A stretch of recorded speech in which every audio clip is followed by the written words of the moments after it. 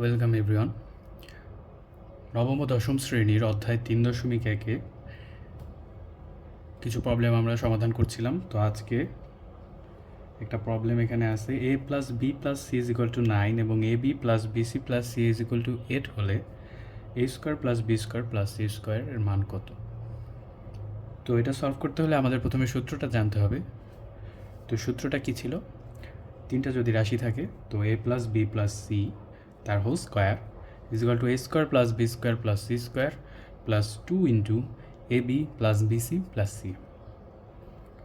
তো এখানে আমাদের মান বের করতে হবে A square plus B square plus C স্কোয়ারের। তো আমরা যদি সূত্রটাকে আরেকটু সাজিয়ে লিখি,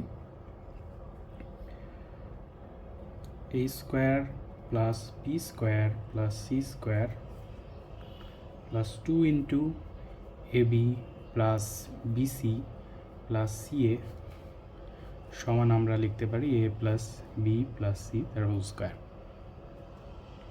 লেফটের টার্মটাকে আমরা রাইট হ্যান্ডে নিয়ে গেছি, রাইট হ্যান্ড সাইডের টার্মটাকে আমরা লেফটে নিয়ে এসেছি। তো আমাদের এখন মান দরকার হচ্ছে A square plus B square plus C স্কোয়ারে, সুতরাং এই টার্মটাকে রেখে বাকিগুলোকে আমরা ডান সাইডে স্থানান্তর করব। সুতরাং A square plus B square C square equal A plus B plus C তার whole square minus 2 into A B plus BC plus C A.